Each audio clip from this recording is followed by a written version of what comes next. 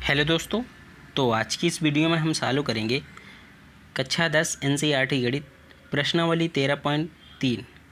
पिछली वीडियो में हमने प्रश्नावली 13.2 अच्छे से कंप्लीट कर ली है, जिसका लिंक आपको इस वीडियो के डिस्क्रिप्शन या तो चैनल की प्लेलिस्ट में मिल जाएगा, आप वहां से जाकर देख सकते हैं। तो आज हम प्रश्नावली 13.3 चालू करेंगे। इस प्रश्नावली में आपको कोई आकृति दी होगी, चाहे वो गोले के आकार में हो, शंकु के आकार में हो, बेलन के आकार में हो, ठीक है। कोई भी आकृति, ठोस आकृति दी होगी, उसको पिघला कर हमें कोई दूसरी आकृति बनानी होगी, ठीक है। दूसरे रूप में, चाहे बेलन के रूप में, शंकु के रूप में, गोले के रूप में, किसी दूसरे रूप में बनाना होगा, ठीक है। तो सिंपल सा इसमें हम क्या करते हैं, दोनों का आयतन बराबर कर देते हैं। कैसे? कोई आकृति गोले के आकार में थी, उसको हमने पिघला दिया, मतलब उसका जो भी मटेरियल था पिघलाने के बाद उसको जब हमने बेलन के रूप में बनाया तो मटेरियल तो सेम उसमें हमने लगाना पड़ा ना, बेलन बनाने में जितना इसका मटेरियल था उसको हमने इस रूप में ढाल दिया, ठीक है।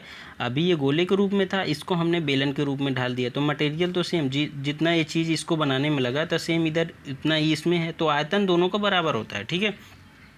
और उसके बाद जो भी आयतन बराबर करने के बाद जो भी हमें त्रिज्या निकालनी हो या ऊंचाई निकालनी हो, हम आराम से निकाल देंगे आयतन बराबर करने के बाद, ठीक है। तो आपको क्या याद रखना है, कहीं भी अगर कहे कोई आकृति पिघला कर उसको दूसरे रूप में बनाया जाता है तो दोनों का हम आयतन बराबर कर देंगे, ठीक है। वहाँ पे क्षेत्रफल नहीं बराबर होता है, ठीक है। क्यों? क्योंकि इसका जो आकृति होगी उसको हम इधर बढ़ा करते हैं, पचका सकते हैं, कुछ भी उसको हम क्षेत्रफल बढ़ा सकते हैं। क्षेत्रफल बराबर नहीं होता, आपको क्षेत्रफल बराबर नहीं करना, सीधा आयतन बराबर करना है। मतलब इसका जो वजन होगा और जब पिघला कर इसको दूसरे रूप में बनाएंगे तो दोनों का वजन तो बराबर होगा, मतलब आयतन बराबर होगा, ठीक है। तो आयतन आपको बराबर रखना है, ठीक है। अब हम पहला क्वेश्चन देख लेते हैं। त्रिज्या 4.2 सेंटीमीटर वाले धातु के एक गोले को पिघलाकर त्रिज्या 6 सेंटीमीटर वाले एक बेलन के रूप में ढाला जाता है। बेलन की ऊंचाई ज्ञात कीजिए। यहाँ पे क्या कहता है, त्रिज्या 4.2 सेंटीमीटर वाले धातु के एक गोले को पिघलाकर क्या बनाया जाता है, बेलन बनाया जाता है। धातु की त्रिज्या, गोले की त्रिज्या कितनी है, 4.2 सेंटीमीटर, बेलन की त्रिज्या कितनी है, 6 सेंटीमीटर। तो क्या बोल रहे हैं, बेलन की ऊंचाई ज्ञात कीजिए। जब दोनों का हम आयतन बराबर कर देंगे तो बेलन के आयतन के फार्मूले में एच आता है तो वहाँ पे एच निकल आएगा हमारा, ठीक है। और इधर एच नहीं आता है तो इधर एच का मान नहीं दिया है, तो दोनों का हम आयतन बराबर कर देंगे और सिंपल से हमारा एच का मान निकल आएगा, ठीक है। तो चलिए कर लेते हैं हम इसको। तो प्रश्नावली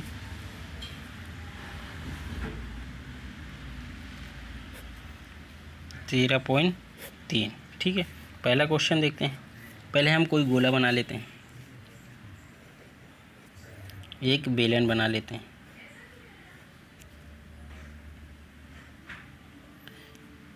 इस गोले को पिघलाकर हमने क्या बनाया, बेलन बनाया। इसकी त्रिज्या कितनी है, 4.2 सेंटीमीटर, और इसकी त्रिज्या कितनी है, 6 सेंटीमीटर, ठीक है। तो इसमें जो मटेरियल होगा सेम इसमें भी मटेरियल होगा, ठीक है। मतलब इसका जो वज़न होगा सेम इसका भी वज़न होगा, क्योंकि आयतन बराबर होता है, ठीक है। तो दोनों का हम आयतन बराबर कर देंगे और यहाँ पे जो भी ऊंचाई होगी इसकी ऊंचाई भी निकल आएगी, क्योंकि बेलन के आयतन के फार्मूले में ऊंचाई आता है, तो यहाँ पे ऊंचाई भी हमारी निकल आएगी, ठीक है। तो लिख लेते हैं इधर। पहले दिया क्या क्या है लिख लेंगे। गोले का आयतन दिया रखा है ना, तो गोले की त्रिज्या दे रखी, तो लिख लेंगे गोले की त्रिज्या कितनी दे रखी है, 4.2 सेंटीमीटर, ठीक है। इसको हम R1 कर देंगे। और बेलन की भी त्रिज्या दे रखी है, बेलन की त्रिज्या R2 कितना दे रखी है, 6 सेंटीमीटर। तो दोनों का आयतन बराबर होगा, लिख लेंगे दोनों का, इसको आयतन समान होगा, ठीक है। तो गोले का आयतन बराबर बेलन का आयतन, ठीक है। गोले का आयतन 4/3 पाई r³ और बेलन का आयतन पाई r² h लिख दिया हमने, ठीक है। इतना तो आपको समझ में आया। अब जो भी मान होगा उसमें हम रख देंगे 4/3 देखो पाई से पाई कट जाएगा, यहीं पे हम काट देते, ये पाई है, ठीक है, ये आर हमने काट दिया, पाई को हम काटेंगे, ठीक है। पाई से पाई कट गया। अब यहाँ पे 4/3 R1 का मान कितना है 4.2, 4.2 3 बार गुणा करेंगे क्योंकि क्यूब है। इधर R2 का मान कितना है 6, 2 बार रखेंगे, ठीक है। H का मान हमें निकालना है। यहाँ पे R2 नहीं कटा है, ठीक है, पाई को हमने काटा है, ये ऐसे ही कट गया धोखे में। अब देखो 4/3, यहाँ से हमने दशमलव हटा दिया, नीचे 0 बढ़ाएंगे, एक अंक बाद पीछे से दशमलव है तो यहाँ पे 0 भी बढ़ाएंगे।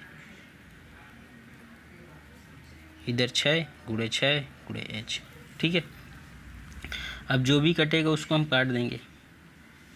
6 × 6, 6 × 42, 6 × 6, 6 × 42,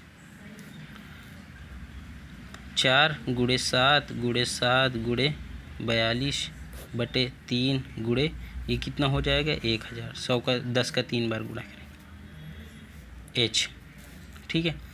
3 × 3 ये कितना आ जाएगा 14, 14 × 3 42 होता है। अब ऊपर हम सभी का मल्टीप्लाई कर देंगे, ठीक है, कर दो।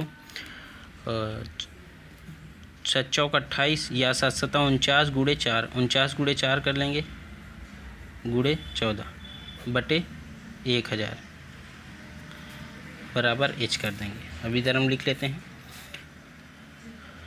तो अब इसका हम 14 का इसमें गुणा करते हैं। 14 5 7 14 6 84, 14 7 98, 14 8 112, 14 9 126 की 6 हंसी लाई 12, 14 चौक 56, 56 अब 12 जोड़ देंगे कितना आएगा, 56 में आप 12 जोड़ देंगे तो 8 और 6 68, ठीक है, गुणे 4/1000 बराबर H। अब 4 का इसमें कर देंगे, 6 चौक 24, 8 चौक 32, 32 और 2 34, 6 चौक 24, 24 3, 24 3 कितना हो जाएगा 27/1000 H। H का मान जब इसमें हम 2744 में 1000 का भाग देंगे तो कितना आएगा, ये 2.744 सेंटीमीटर ये ऊंचाई आ जाएगी हमारी, ठीक है।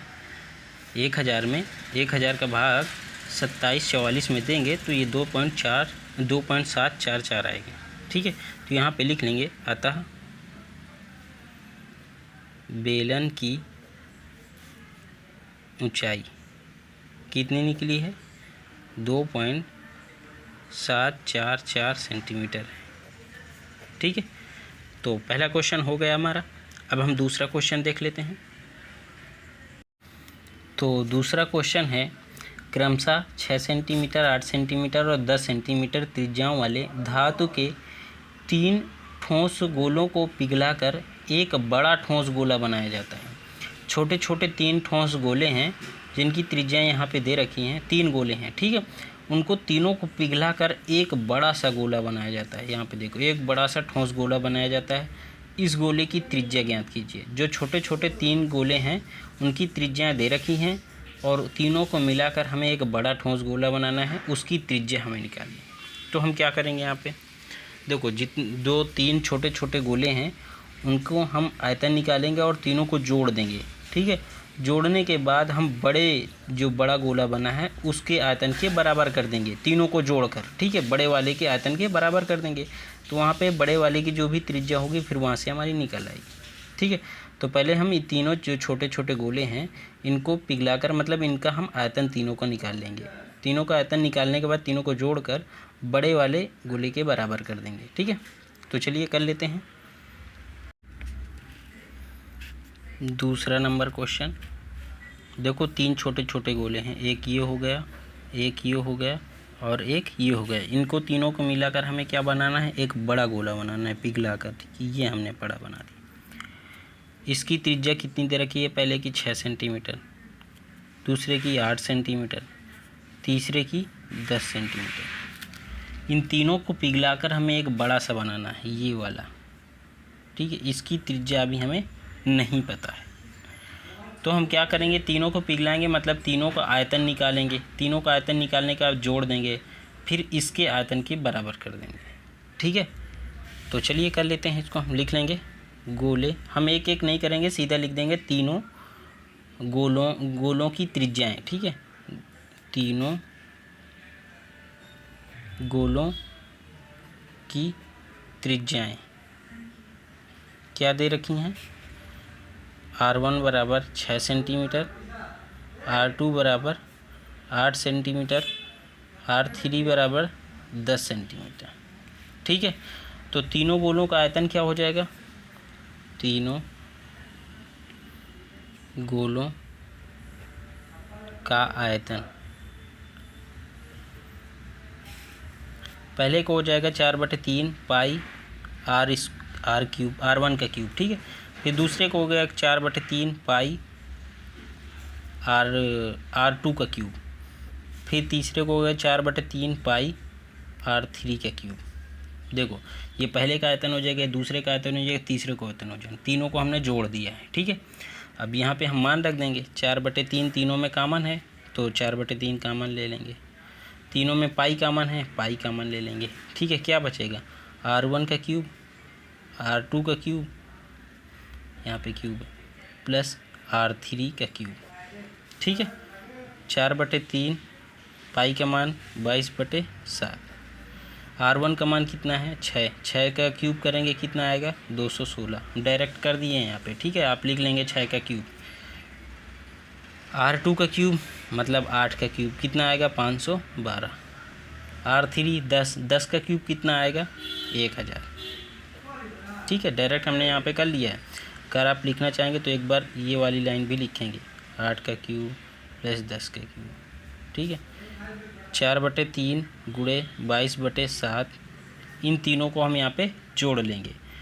6 2 8, यहाँ पे 1 और 1 2 2 5 7, ये 1 1728।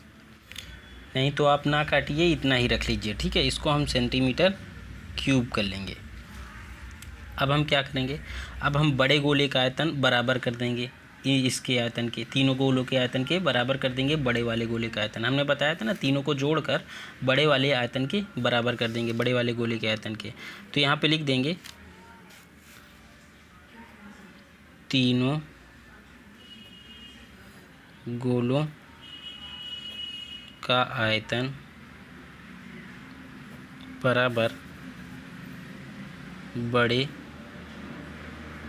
गोले का आयतन। तीनों गोलों का आयतन कितना लिखना है, 4/3 22/7 1728, यही निकला है ना। बड़े वाले गोले का आयतन 4/3 ये वाले का। ठीक है, इसकी त्रिज्या हमें नहीं पता है, तो त्रिज्या ही हमें निकालनी भी है, तो हम त्रिज्या की जगह R रख देंगे केवल। ठीक है, 4/3 पाई का मान 22/7, R का क्यूब, यहाँ पे कैपिटल R कर लेते हैं। ठीक है, क्योंकि हम छोटी R तो सभी को मान ही रखें, यहाँ पे कैपिटल R कर लें। अब जो भी कटेगा काट देंगे, 4/3 4/3 22/7 22/7, तो क्या बचा 1728। इधर क्या बचा R का क्यूब, ये घनमूल इधर चला जाएगा, 1728 का घनमूल ले लेंगे, इधर ले लेते हैं 1728, 2 से काटो 6 4 4 3 2 2 1 6 1 0 8, फिर कटेगा 5 4, ये 2 से कटेगा 27 3 9 3 3, तो एक ये जोड़ा बन गया 3 का, एक ये बन गया, एक ये बन गया, तो कितना आया 2 × 2 × 3 R का मान कितना निकला 4 3 12। तो बड़े वाले गोले की त्रिज्या क्या निकली, अतः बड़े गोले की त्रिज्या क्या निकली है 12 सेंटीमीटर है। ठीक है, तो दूसरा क्वेश्चन भी हमारा हो चुका है। अब हम तीसरा क्वेश्चन देख लेते हैं। तो तीसरा क्वेश्चन है, व्यास 7 मीटर वाला 20 मीटर गहरा एक कुआं खोदा जाता है। ठीक है, व्यास 7 मीटर है और जो गहराई है वो 20 मीटर एक कुआं खोदा जाता है। और खोदने से निकाली हुई मिट्टी को, जो मिट्टी निकलती है, मिट्टी को समान रूप से फैलाकर 22 मीटर गुणे 14 मीटर वाला एक चबूतरा बनाया जाता है। इस चबूतरे की ऊंचाई ज्ञात कीजिए। देखो, चबूतरे की ऊंचाई है और यहाँ पे ये लंबाई हो गई, ये चौड़ाई हो गई, यहाँ पे ऊंचाई भी है, तो घनाभ के आकार का चबूतरा बनेगा। ठीक है। और ये कुआं खोदा जाता है तो कुआं किसके आकार का, वो बेलन के आकार का होगा ना। कुआं गोल गोल ही तो खोदा जाता है, तो उसको हम नीचे खोदते चले जाएंगे तो एक बेलन ही तो बनेगा, गड्ढा टाइप में, गोला गोला। तो जो कुआं है वो बेलन के टाइप का होगा और जो चबूतरा हम बनाएंगे उसकी कुछ ऊंचाई होगी, तो वो चबूतरा जो है कि वो घनाभ के आकार का होगा, क्योंकि यहाँ पे लंबाई दे रखी, चौड़ाई दे रखी है, यहाँ पे ऊंचाई हमें निकालनी है। तो चबूतरा जो बनेगा वो घनाभ के आकार का बनेगा। ठीक है। तो चलिए इसको भी हम समझ लेते हैं और करते हैं फिर। तो तीसरा नंबर क्वेश्चन है, देखो एक कुआं है, पहले हम कुआं देखते हैं। ठीक है। यहाँ पे एक कुआं बना लेते हैं, ये। ठीक है। ये कोई कुआं गोल टाइप में होगा। ठीक है। इसको हम नीचे गहरा करे जा रहे हैं और इसकी जो भी मिट्टी है, ये वाली मिट्टी निकाल कर यहाँ पे हम इस मिट्टी को लाकर एक चबूतरा बना दे रहे हैं। चबूतरा बना देते हैं। ठीक है। ऐसे क्वेश्चन में कहता है मिट्टी को निकाल कर समान रूप से फैलाकर। ठीक है। इसको हमने समान रूप से फैलाया है और इसकी ऊंचाई हमें ज्ञात करना है। चबूतरा कुछ ऊंचाई पे होगा ना, मट्टी डालेंगे तो ये इतना तो हमने फैला दिया, इसके बाद इसकी कुछ ऊंचाई भी होगी। ठीक है। ऊपर ऊंचाई होगी तो हमें ऊंचाई निकालना है। ठीक है। देखो यहाँ पे ये कुछ घनाभ की ही आकृति का बनेगा। अगर ऊंचाई हम इसमें करेंगे तो ये कुछ ऐसे आएगा। ठीक है। ये इसकी कुछ ऊंचाई हो जाएगी, ऊपर आ जाएगा। ठीक है। ये वाला भाग ऊपर आ गया। तो इसमें जो लंबाई, चौड़ाई, ऊंचाई दे रखी, ऊंचाई निकालनी ही है हमें, तो लंबाई जो दे रखी है वो 22 मीटर दे रखी है। ठीक है। पहले 22 गुणे 14 दे रखी है, तो इसको हम लंबाई मान लेंगे, इसको हम चौड़ाई मान लेंगे, इसकी ऊंचाई हमें निकालनी है। तो हम क्या करेंगे, ये जो मिट्टी निकाली गई है, मिट्टी का बोलेंगे मिट्टी का आयतन या तो बोलेंगे कुएं का आयतन। ठीक है। जितना भी हम निकालेंगे इस चौतरे के आयतन के बराबर ही होगा। देखो यहाँ पे ये मिट्टी जितनी निकली है, मिट्टी का आयतन। ठीक है। अब मिट्टी से हमने क्या बनाया है, घनाभ, मतलब एक चबूतरा बनाया है।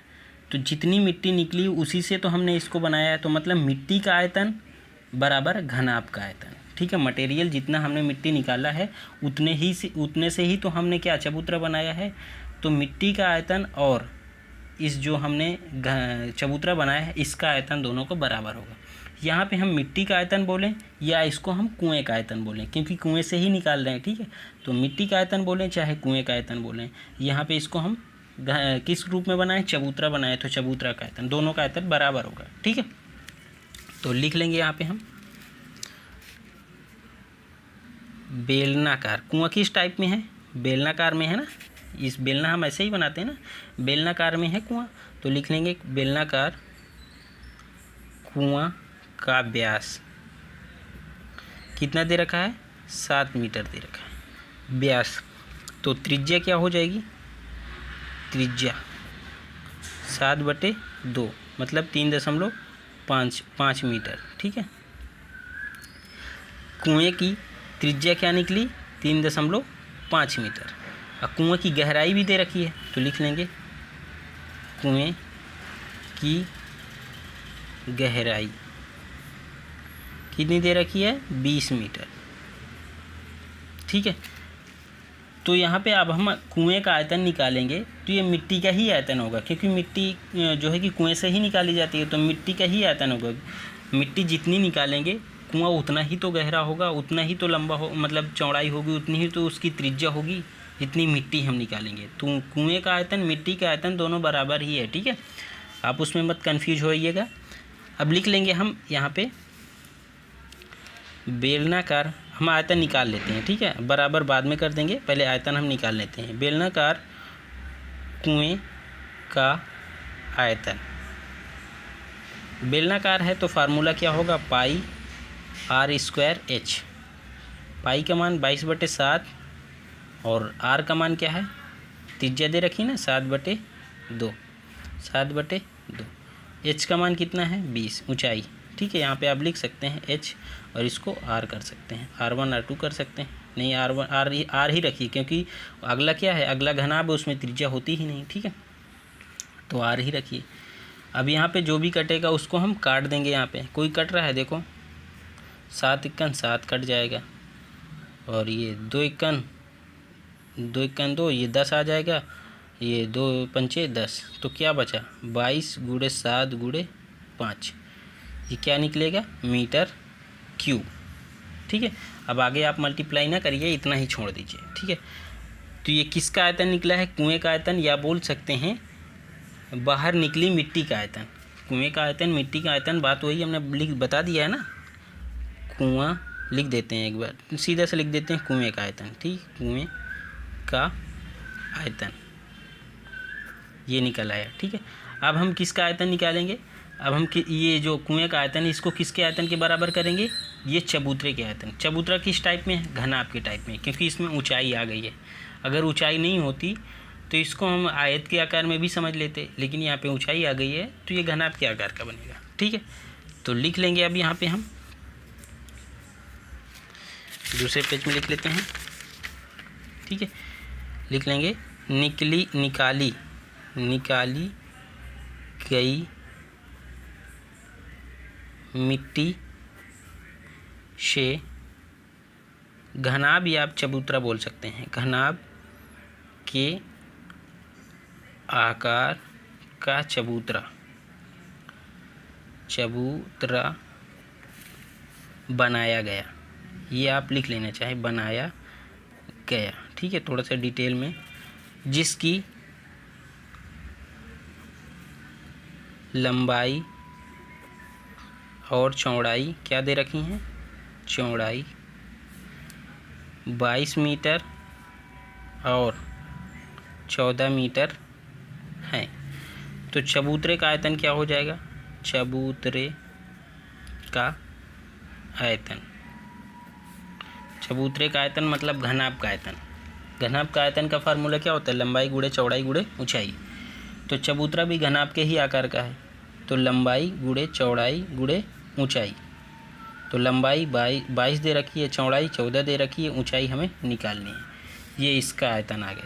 ठीक है, मीटर क्यूब। अब दोनों का आयतन हम बराबर कर देंगे, कुएं का आयतन और चबूतरे का आयतन दोनों को बराबर कर देंगे, क्योंकि मिट्टी जो निकाली गई उसी से चबूतरा बनाया गया है, तो आयतन दोनों को मटेरियल बराबर ही है। ठीक है, तो लिख देंगे दोनों का समान आयतन है, समान आयतन है। तो लिख लेंगे निकली मिट्टी, या बोल सकते हैं कुएं का आयतन, निकली मिट्टी या कुएं, दोनों को हम यहाँ पे लिख देते हैं। ठीक है, कुएं का आयतन बराबर चबूतरे का आयतन। निकाली गई मिट्टी का आयतन क्या अभी हमने निकाला है ना पीछे, यहाँ पे 22 × 7 × 5 आयतन निकला है। चबूतरे का आयतन अभी हमने क्या 22 × 14 × h ये निकाला है। काट दो जो भी कट जाए। ये कितना है, 7 × 5 = 35, और इधर क्या बचा 14 ही बच रहा है ना, तो ये इधर आ जाएगा बटे में 14 बराबर h। ये 7 दूनी 14, 7 × 35, तो h का मान क्या निकल आएगा 5/2। h का मान 2.5 मीटर। ऊंचाई क्या निकली 2.5 मीटर। तो लिख लेंगे अतः चबूतरे की ऊंचाई 2.5 मीटर है। ठीक है, देखो दोनों का आयतन हमने बताया, समझना इसमें होता है। ठीक है, चबूतरे का जो हमने चबूतरा बनाया वो किससे नहीं बनाया है, मिट्टी के आयतन से ही बनाया, तो दोनों का आयतन हमें बराबर करना होता है। ठीक है, तो तीसरा क्वेश्चन भी हमारा हो चुका है। अब हम चौथा क्वेश्चन भी देख लेते हैं।